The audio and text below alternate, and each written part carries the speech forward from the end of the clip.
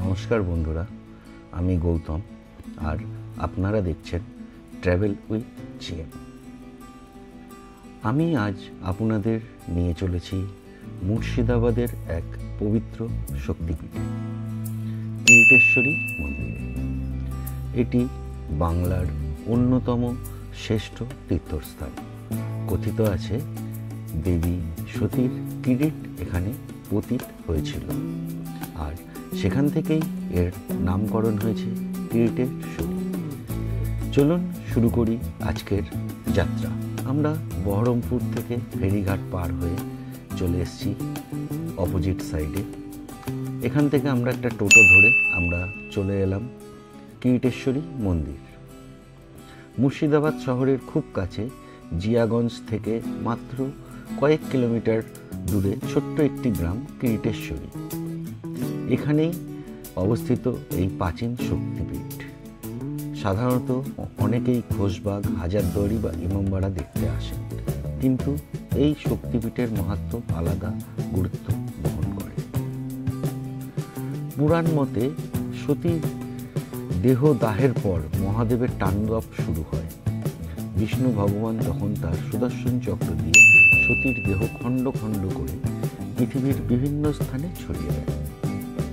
সেই সব স্থান আজ শক্তিপীঠ নামে পরিচিত। এর মধ্যে কিরিটেশ্বরী মন্দির বিশেষ, কারণ এখানে দেবীর মুকুট বা কিরিট পতিত হয়েছিল। প্রায় কয়েক শতাব্দী পুরনো এই শক্তিপীঠের গুরুত্ব অপরিসীম। আজও হাজার হাজার ভক্ত মা কিরিটেশ্বরীর দর্শনে আসেন। মন্দিরের স্থাপত্য সাধারণ হলেও এর ভেতরের আধ্যাত্মিক শক্তি অনুভব করা যায় প্রতিটি কোণায়। গ্রামের প্রবীণরা বলেন, অনেক অলৌকিক ঘটনার সাক্ষী এই স্থান। কারো অসুখ সারিয়ে তোলেন, কারো মানসিক কষ্ট দূর করেন, এমন অসংখ্য কাহিনী প্রচলিত আছে। কেউ কেউ বলেন, রাতের নীরবতায় এখানে ভক্তরা দেবীর উপস্থিতি অনুভব করেন। এখানে প্রতিদিন ভোরে ও সন্ধ্যায় আরতি হয়। বিশেষ করে দুর্গাপুজো ও কালী পুজোর সময় মন্দির চত্বর ভরে ওঠে ভক্তদের ভিড়। স্থানীয় মানুষের বিশ্বাস, মা কিরিটেশ্বরী সকল অশুভ শক্তি দূর করেন এবং ভক্তদের সকল কামনা পূর্ণ করেন।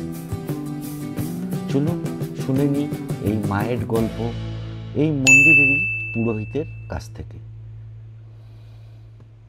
এই যে শিলাখণ্ড আমাদের, জোরে বলবে। এই যে শিলাখণ্ড দেখছেন, এই হচ্ছে আমাদের 51 খণ্ডের খণ্ড। কিরিট কথার অর্থ ভীষণভাবে বিকৃত হয়ে গেছে।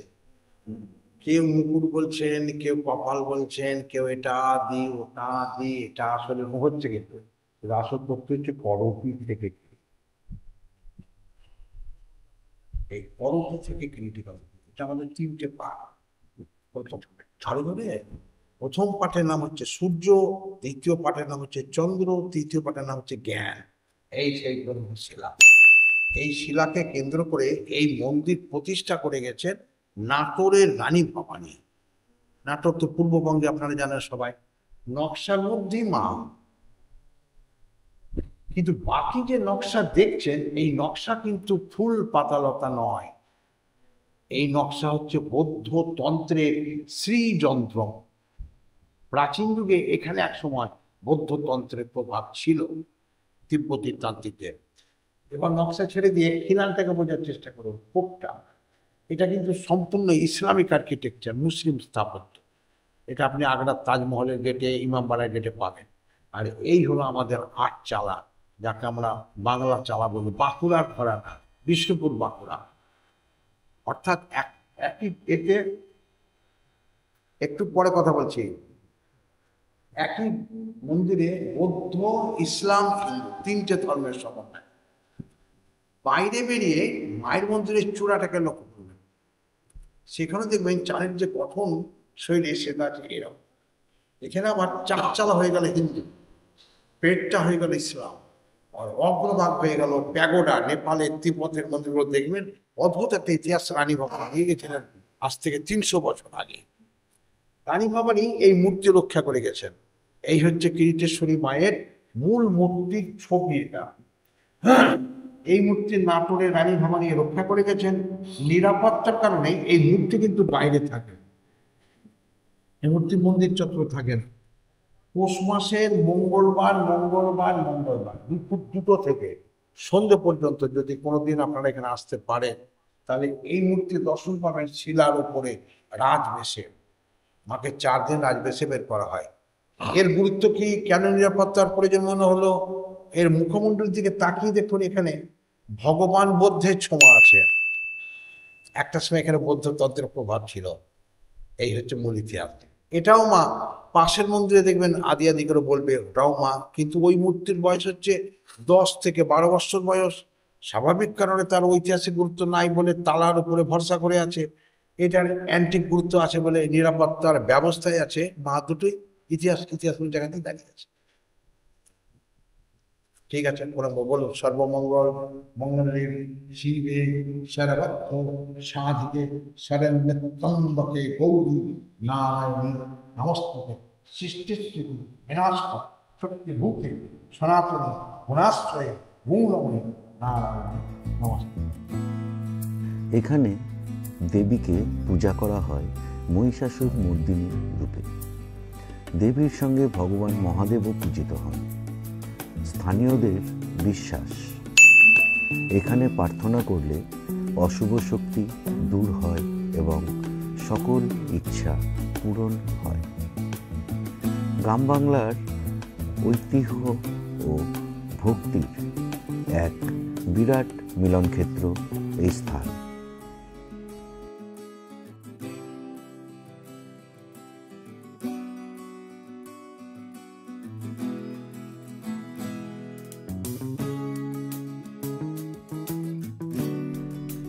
কিরিটেশ্বরী শুধু একটি ধর্মীয় স্থান নয়, এটি বাংলার সংস্কৃতি ও আধ্যাত্মিক শক্তির প্রতীক। মন্দিরের প্রাচীন ইতিহাস আর দেবীর অলৌকিক মহিমা আপনাকে মুগ্ধ করে দেবে। এভাবেই আমরা ঘুরে এলাম মুর্শিদাবাদের কিরিটেশ্বরী মন্দির। এবার আমরা যাব এখান থেকে গুপ্ত কিরিটেশ্বরী মন্দির। চলুন আমরা এবার গুপ্ত কিরিটেশ্বরী মন্দিরের উদ্দেশ্যে রওনা দিই।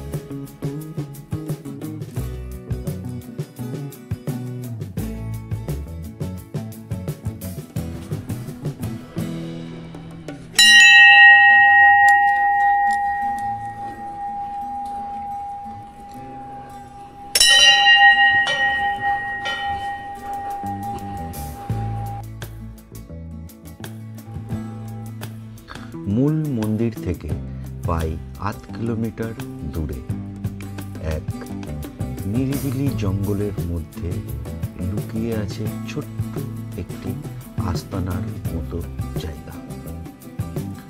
সেটি গুপ্ত কিরিটেশ্বরী মন্দির।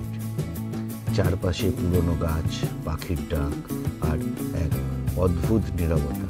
জায়গাটা যেন সময়ের থেকে আলাদা হয়ে গেছে। লোককথায় শোনা যায় বহু বছর আগে এখানে এক সাধক কঠোর তপস্যা করতেন। তিনি নাকি দেবীর দর্শন লাভ করেন এই গুপ্ত স্থানে। সেই থেকেই এই জায়গা গুপ্ত কিরিটেশ্বরী নামে পরিচিত। অনেকেই বলেন মূল কিরিটেশ্বরী মন্দিরের মা প্রকাশ রূপে পূজিত হন, আর গুপ্ত কিরিটেশ্বরীতে তিনি গুপ্ত শক্তি রূপে অবস্থান করেন। এই জায়গায় প্রবেশ করলেই মনে হয় এক অনবিচার্য শান্তি। এখানে কোনো বড় মন্দির নেই, কেবলমাত্র একটি ছোট্ট পাথরের আসন, যেখানে ফুল, প্রদীপ আর ভক্তদের নিবেদন দেখা যায়। স্থানীয়রা বলেন রাতে এখানে এক অদ্ভুত শক্তির উপস্থিতি টের পাওয়া যায়। অনেকেই বলেন কোনো মনোবাসনা পূরণের জন্য যদি কেউ এখানে প্রার্থনা করেন, মা নাকি গুপ্তভাবে সেই ইচ্ছা পূরণ করেন। অনেক ভক্তের গল্প আছে, অসুস্থ সন্তান সুস্থ হয়েছে, কাজের সাফল্য এসেছে, এমনকি জীবনের সংকটের পথে খুলে গিয়েছে। কেউ কেউ বিশ্বাস করেন গুপ্ত কিরিটেশ্বরীতে যিনি সত্য ভক্তি নিয়ে আসেন তাকে মা নিজে রক্ষা করেন।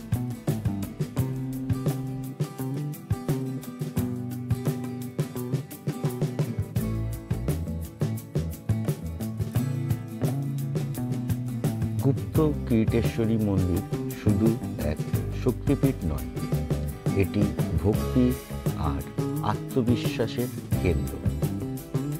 এখানে আসলে মনে হয় দেবী যেন নিঃশব্দে আপনাদের পাশে রয়েছেন। এই স্থান আপনাকে এক অন্যরকম আধ্যাত্মিক অভিজ্ঞতা দেবে, যা ভাষায় বোঝানো যায় না। মন্দিরটির চারিপাশে সুন্দর গাছপালা এবং এখানে প্রচুর জীবজন্তু ঘুরে বেড়ায়। চলুন শুনে নিই এই মন্দিরের ইতিহাস এই মন্দিরের পুরোহিতের কাছ থেকে।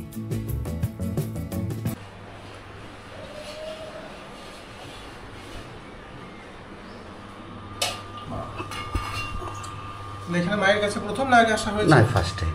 আচ্ছা, আপনাদের কলকাতাতেও একটাই সতীপীঠ কালীঘাট, হ্যাঁ, আর আমাদের মুর্শিদাবাদ জেলাতেও একটাই সতীপীঠ কিরিটেশ্বরী মা। এটাই হচ্ছে মায়ের সেই কিরিট কণা যেটা পড়েছিল। আপনারা রাস্তার ধারে, মেন রাস্তার ধারে আর দুটো মন্দির আছে, দর্শন করলেন? ওটা হচ্ছে মায়ের পূর্বের জায়গা। আচ্ছা। এই মন্দিরকে বলা হচ্ছে কিরিটেশ্বরী মাতার গুপ্ত মন্দির। তার কারণ কিরিটেশ্বরী মা এখানে 350 বছর থেকে আছেন। তার আগে মা এখানে ছিলেন না, মা ছিলেন ওই জায়গাতে। ওটা হচ্ছে মায়েরই পূর্বের জায়গা। সুলতানি আমলে নবাবদের আক্রমণের হাত থেকে মাকে সুরক্ষিত রাখার জন্য লুকিয়ে গুপ্তভাবে ওখান থেকে তুলে নিয়ে এসে এখানে স্থাপন করা হয়েছে। তখন থেকেই কিরিটকোনাটা মায়ের এখানেই রয়েছে এবং এই মন্দির তখন থেকে পরিচিত কিরিটেশ্বরী মাতার গুপ্ত মন্দির নামে। ওটা মায়ের পূর্বের জায়গা, এটা মায়ের বর্তমান জায়গা। এই হচ্ছে ব্যাপার।